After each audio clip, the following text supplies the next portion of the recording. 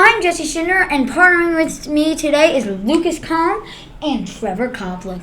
Today we will be figuring out who really is the best team in East Rutherford. Is it the Giants or is it the Jets?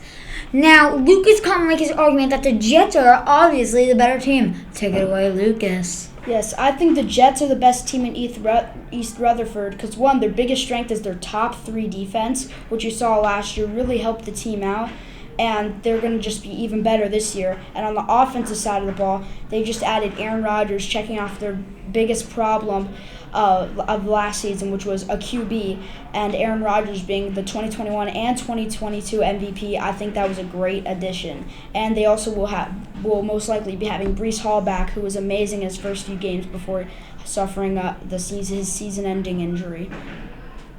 That's very true. Now, Trevor, how can you make a counter-argument with that about the Giants players? Take it away, Trevor.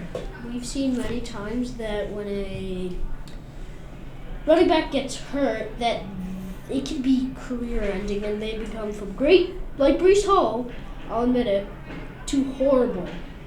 Also, like what Breece Hall is going to be. Meanwhile, Saquon Barkley is...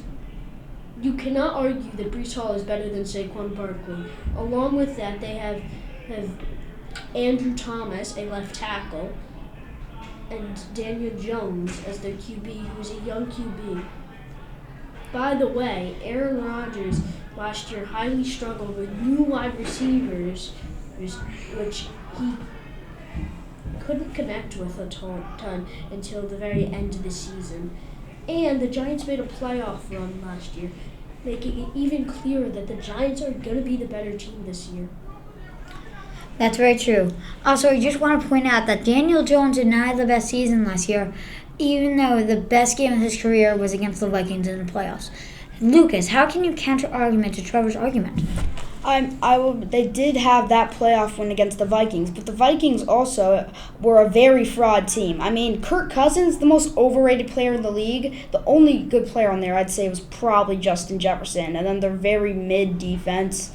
And personally, I think the Giants also, they have Saquon Barkley and Dexter Lawrence, but also, and maybe, I guess Daniel Jones is there too, but it's mostly just nobodies there on that lineup. And I don't really think the Giants will even be above 500 this year.